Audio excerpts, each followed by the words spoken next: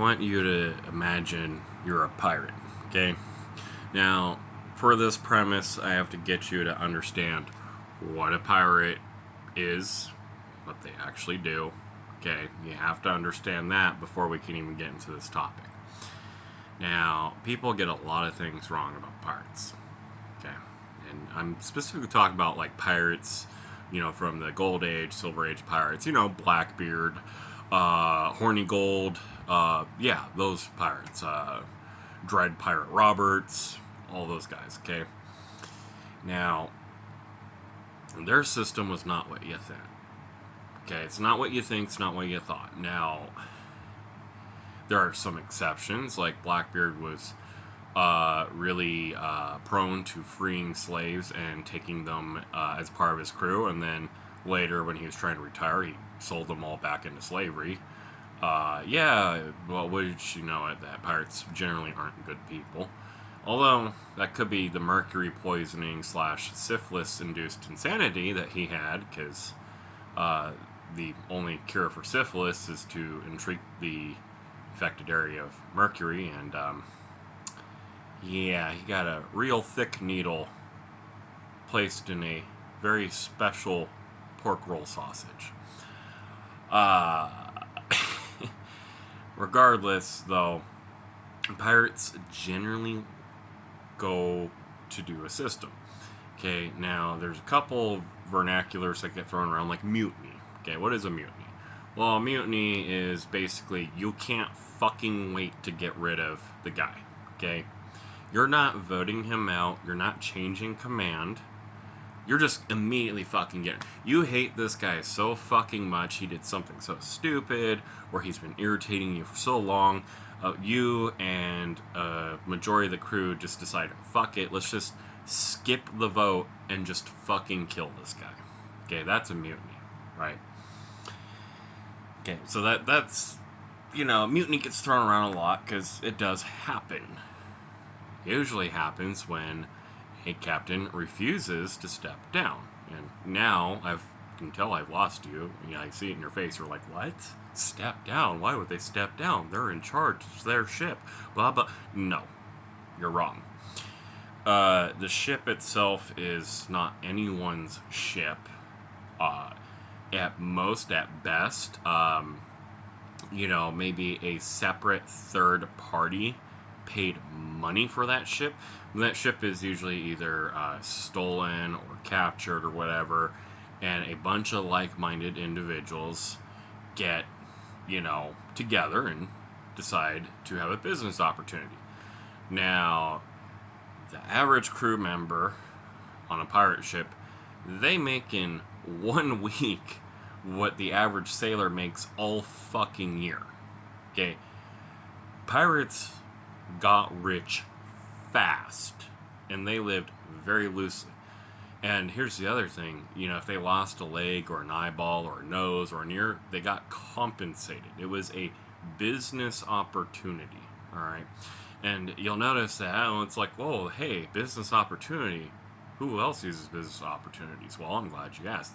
Mafias do it, cartels, gangs, groups, racial hate groups, all of those guys, biker gangs, every single one of them, they're actually built around a real business opportunity. Now, the business opportunity is not legal, and it's usually fucking deplorable, but that's the point. Now, pirates are in some ways a little bit better than the modern day criminal. You're probably like really confused now. Well, see, they saw every person that they robbed as an opportunity. So if they could intimidate or scare them or just put the fear of fucking Jesus in them, like Blackbeard tying candles around his beard so that smoke illuminated from his face at night, so that they thought Blackbeard was the devil himself, which is actually something people thought very commonly. Yeah, he would do that. If he could avoid killing from the people he was robbing, he would. Okay? Because each person they rob is an opportunity to rob again. Now, that doesn't mean they weren't above torture or other things, but generally, if you surrendered real quickly and gave up and just fucking, here's my gold and everything, there's even a chance they wouldn't steal it all. Because if they steal every last little thing, food, supplies, money, every last little thing, it's not profitable. They're highwaymen on the seas. They just want a cut. At most, they're going to stop your ship and they're going to, charge a price to let you continue. And in fact, in this instance, you could even pay a pirate to escort your vessel. That was a very normal thing. You wouldn't call him a pirate at that point. You would call him, like a privateer or a buccaneer. But those guys were pirates, okay? It's from the perspective of the nation that they are harassing, they are pirates. But from the perspective of your nation, they're privateers, they're buccaneers, they're mercenaries. And some of them actually were legitimate and genuine mercenaries, or mercenaries that were having an off season, okay? So that's the thing, is big wars would happen, you get all these mercenaries, suddenly they're not getting paid because the war's over. Well, now they're going to do privateering, buccaneering, that type of stuff.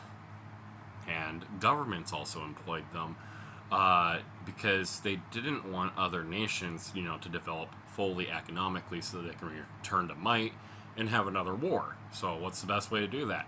Oh, let's go pay a fucking pirate to harass and intimidate the shit out of another nation so that they can't effectively rebuild their markets and their trade around the world, so that hopefully they never grow well enough to have another war with us.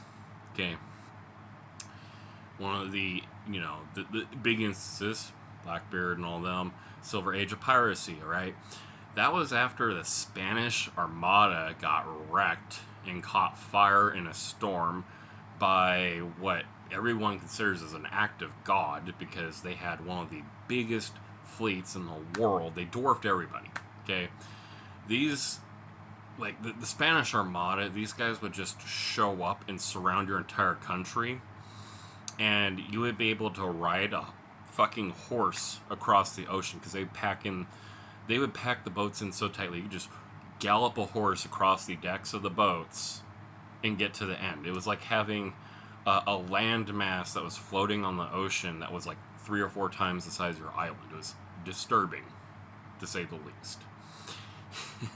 Well, unfortunately, after they're fired and everything, there's a big massive wreck, and most of that money and logistics and everything end up crashing on an island. And the Spanish are treating anybody who goes after it as pirates, and while the British are like, hey, horny gold, how would you like to make a bunch of money? We will fund your expedition and even give you a ship if you go steal that fucking gold so the Spanish can't recover.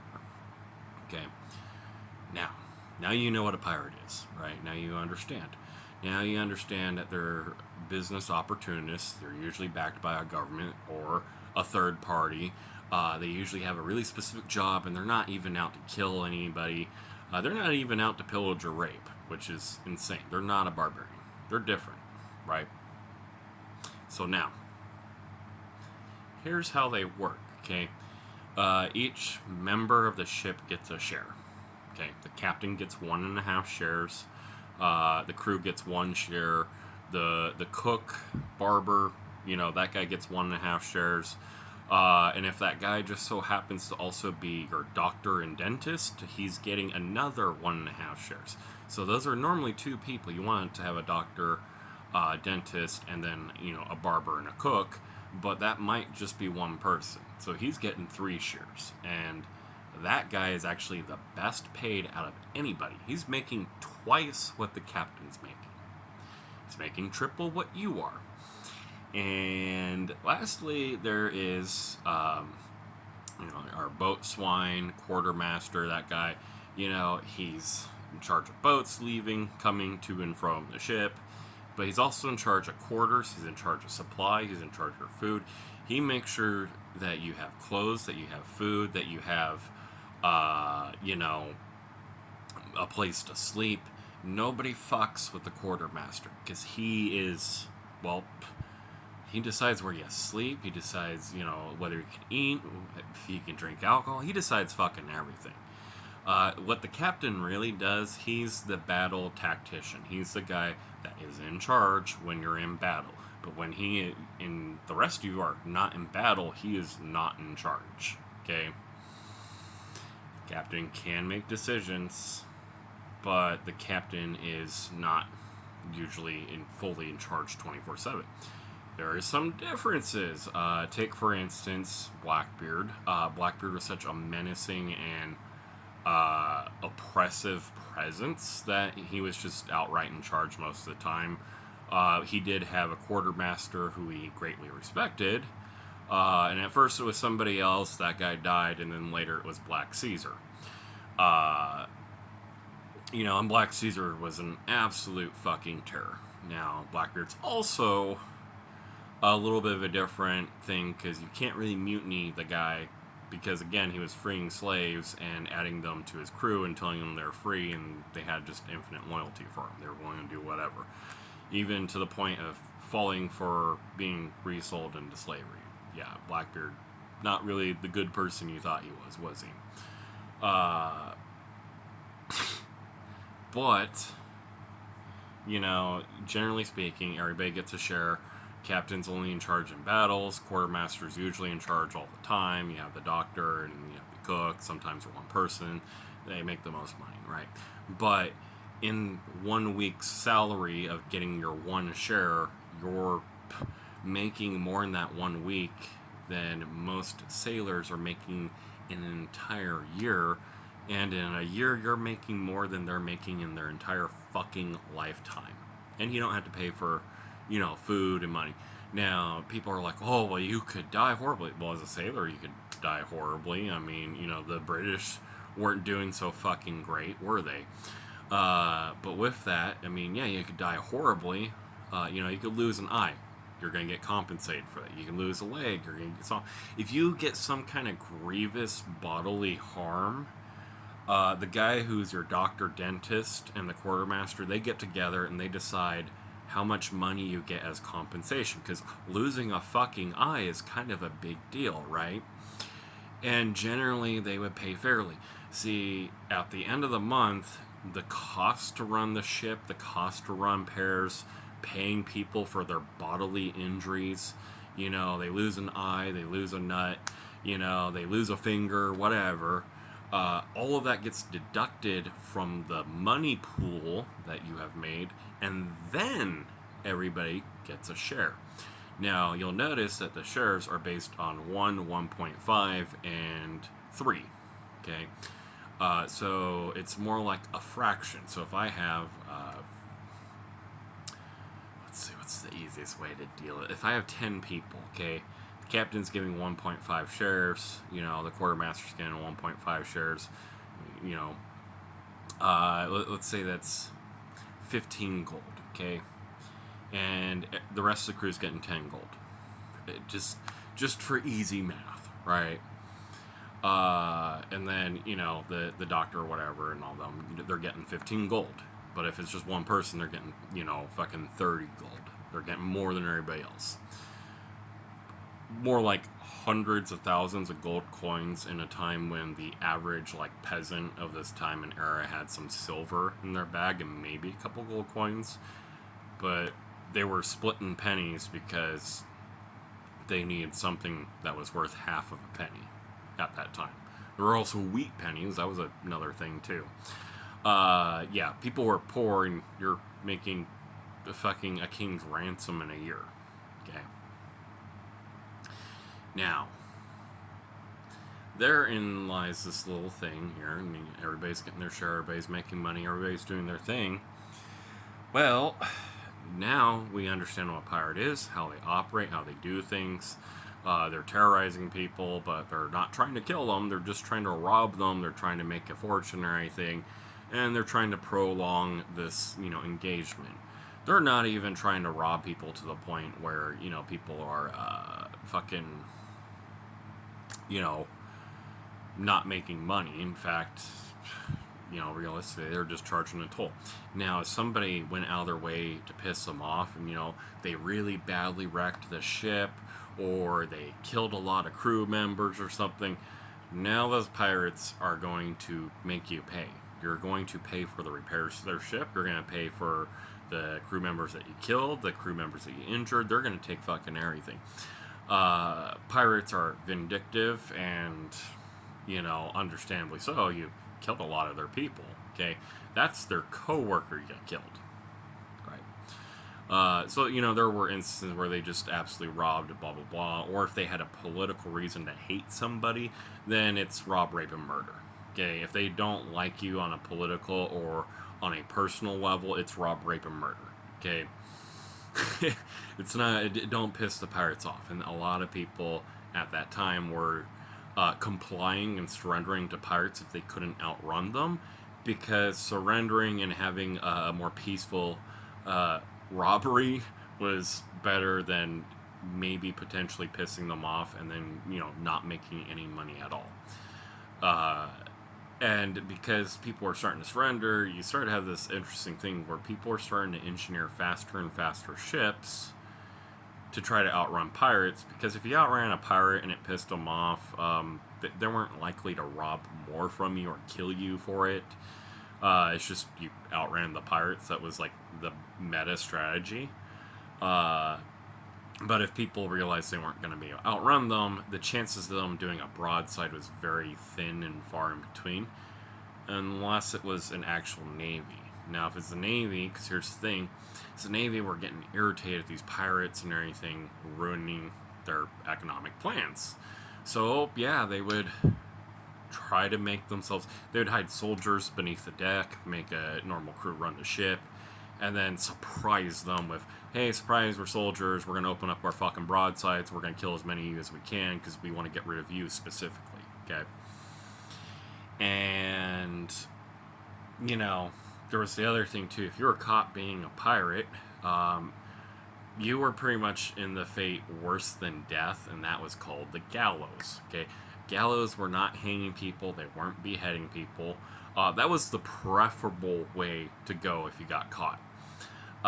Instead, the gallows you were rowing this boat down in the gallows, and they were called the gallows because they were a terrible and horrible place to be, because you were living in your piss and shit, rowing a fucking boat as essentially a live-in slave, and that sounds already horrible and brutal. Well, fun fact, slavery amongst the Turks, the Turkish that were selling, slaves to Saudi Arabia and other places, were even fucking worse. They were so horrible, in fact, that even if you're sitting in your own shit and piss, if that, British captain comes down and tells you we're fighting the Turkish right now, you better fucking row faster, you're probably going to start rowing as fast as you fucking can, because the Turks were brutal. They were absolutely horrendous. And the things that were, talked about them back then were not at all made up. They were actually that fucking horrible. The Ottomans were also terrible too. Like, any of these guys were just horrible. Like, these Middle Eastern nations back then were absolutely horrendous, to the point where even living in your shit and piss, rowing a boat, was better than being one of their slaves. With that, though, Turkey hasn't really stopped selling slaves to Saudi Arabia. In fact, there's actually more slaves now than there ever was at any one point in history. It's just continuous, and it's just a continuing growing number, because Saudi Arabia is also full of assholes. And, if you're looking at this video and getting offended by that, fuck you for being a slave nation in the modern day era. Anyways, these guys too, you had the gallows, you had that. So now we have addressed the punishments. There was also the treadmill in, like, the poorer agricultural farm prison colonies. A treadmill was a mill that milled seed and wheat and stuff by the power of you treading on it. People would walk the treadmill, and that was another horrific punishment, because you would be basically just whipped and beaten to death, and if you didn't continue to walk, there was a chance of you getting stuck and then crushed and crumpled underneath. Brutal era. Now, so you have all these horrific things hanging over your head, okay? I spent 20 minutes describing everything that you need to know. Now you have a breakdown of pirates as a whole. You have a basic understanding. There's a lot more, but I'm not going to get into it. Enter in Barbarosa and his perspective, okay? You know the pirate system. You know the pirate code. You were in the Navy at one point. You know how to operate a cannon. You know how to shoot people. You know how to cut people. You know how to fucking scare people. You are actually a pretty good fucking leader. And you just want to be respected, a respectable crew member. Maybe become a quartermaster. Maybe become a captain. Who knows? You don't know. But you're going to make a fucking career. You're going to get rich. Okay? Become a pirate.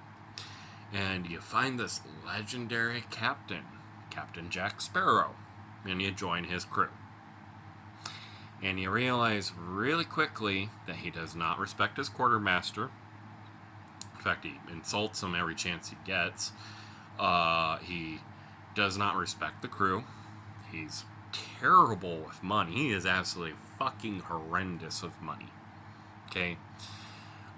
This dude, the only reason why he's a great pirate captain is because, you know, he beat this one Spanish dude by being a really great tactician. Like, in battle, he's awesome. He's fantastic in battle. In a sword fight, he's unbeatable. He's just an amazing tactician. Okay, he catches everybody off guard. Like, in the moment when people are in danger, he's flawless.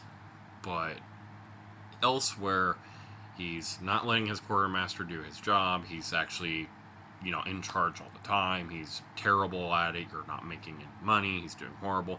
He lands this cushy gig, you know, basically selling slaves to the, you know, new free world. And that goes to shit because he's not willing to sell slaves. The ship gets fucking burned down. And then, you know, he comes back. He's made a deal with Davy Jones, which is a horrible idea. And you know this. But now he has an immortal ship. So you stick around. You think, okay, now that he's got an unsinkable immortal ship, maybe, surely, somehow, some way, this guy will pull it together and actually fucking, you know, get everything going to where you're actually finally making money. During this event and time and everything, you know, you're on land, you meet a wonderful and intelligent, beautiful woman, and you have a child. Okay? You didn't mean to. You had a fucking kid. You feel like an idiot. You realize because you're such a fucking renowned pirate underneath Captain Jack Sparrow, who's wanted by pretty much everybody by this point, that, you know, the best thing you can do for your daughter is to leave her life, because you have the Spanish who want you dead, you have the English who want you dead, you have everybody. Every major nation in the world wants you dead just because you're associated with this fucking clown, Captain Jack Sparrow. Okay. And then you're still not making money. Fucking invincible ship, and then you're still not making money. Okay? And the one thing you want to do is just send a little bit of money to this lady, this wonderful woman that you got pregnant, so that you can pay for the child. You gave her a child. You gave her a pirate child, which, you know, there's a lot of things there. She could be, you know, burned at a stake for that. She could be hanged. She could be sold into slavery. She can be called an adulteress and then stoned to death. All these horrible things could happen to this woman. Okay? Just because you had a lapse of judgment and a moment of connection and love. And you're still not fucking making money. And Captain Jack Sparrow, well, he doesn't follow the pirate rules. He's not gonna let you vote him out. He doesn't respect his quartermaster. He doesn't give a fuck. He's gonna lead you into fucking doom. What do you do? Well, of course, in mutiny, that's the thing you would do. And you do mutiny, and Captain Jack Sparrow gets a stick up his ass. Now he's, wants to kill you forever just because you finally have money to send your daughter. So you get this money, you get this stuff. And here's the kind of fucked up part. You get this money and this stuff and everything. And the British, they're looking for Captain Jack Sparrow, they're looking for anybody associated. And there's a couple other captains associated with Jack Sparrow. And they go after one of your best allies, Ted Turner. Okay, Ted Turner is fucking toast. You're making money, but Ted Turner's fucking toast. So you gotta stop harassing the British. Because they're getting really irritated. They're getting irritated enough that they just killed one of your biggest allies. They're starting to crack down on pirates. They're starting to hang pirates. They're starting to do these horrible things to pirates. Okay. So what's the other thing pirates do? Well, they explore. In fact, Barbarosa, around this time, he's not only exploring, he's documenting everything. He's actually one of the best navigators in all of the land. Without a compass that tells you, whatever your fucking heart's desire, he can actually navigate the high seas without that. Now, if he can have it, he's going to use it, because there's just some locations he can't get to without having an impossible magical compass. Okay? A compass, by the which Jack Sparrow stole from the literal goddess of the sea. Fucking what? But Barbarossa, he's so good. He knows where the trident of Neptune is. He discovers, all these different stars, all these different methods and everything. And this whole time, he doesn't want his daughter to get hanged, because he doesn't want to write these books and everything, and then send those books, to his wife or love or whatever. So he makes up a fucking name. He writes these books, and then he goes and sends them out, and he publishes them as a false identity. And they're super fucking popular because these books are literally everything. They show you, supernatural treasures, where things are buried, all these things, and as he goes along. And he's making money from that, but while he's doing that, he's actually hunting for treasure. Now, a trident that lets you control the ocean and can break any curse, that's kinda cool, but it's whatever, right? It's not gonna make you a bunch of money. What he's looking for is the kind of treasure that allows him to have a bunch of money. And there he finds a old ass treasure. It's all gold coins from an Aztec era. It's like cursed Aztec Montezuma cursed treasure. Okay? He doesn't find the city gold because it's blocked off and it's destroyed. And actually there's a theory that El Dorado, or The Road to Gold, the old Disney movie, is a part of the universe because of this. But the city gold's blocked off, but he does find it. Okay, he can't get to it because it's blocked off, but he finds Montezuma's gold coins and becomes cursed. He becomes an immortal who cannot die, who cannot be killed, skeleton or anything. And unfortunately, he spent all this money, this gold coins, publishing his books and everything, and he can't taste food. He's cursed to walk the earth and not be able to enjoy anything. Okay? That's the plot of Pirates of the Caribbean 1. So, this is actually a little bit before. So, yeah, he starts trying to track down every single last coin. Well, one of those coins that he had given to Ted Turner before, he had been gunned down and everything.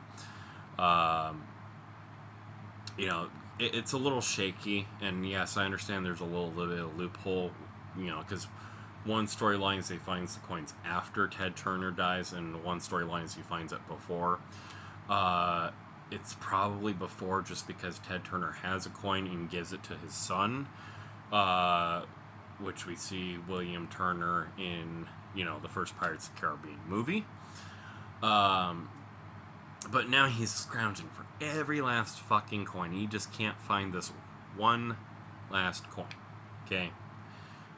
Because William Turner has it, and William Turner doesn't even know he's a pirate. Okay, well, a son of a pirate. He doesn't know this. He nearly drowned and woke up on shore one day. Okay? Now we have the plot of Pirates of the Caribbean 1. So this whole time you have this guy who can actually navigate, who can actually find things without a magical fucking compass, who is actually equally a really good tactician. I mean, he laid siege to a fort. Sure, his ship is unsinkable, but one pirate crew, and okay, to be fair, his pirate crew's unkillable too, but one pirate crew versus an entire island is still fucking ridiculous. It's absolutely absurd. Okay? And he goes through this whole thing and all that, and he actually gets victory. Sure, he's unkillable, sure, the ship's unsinkable, but that's still ridiculous, okay? Because we're talking about an island governed by the English.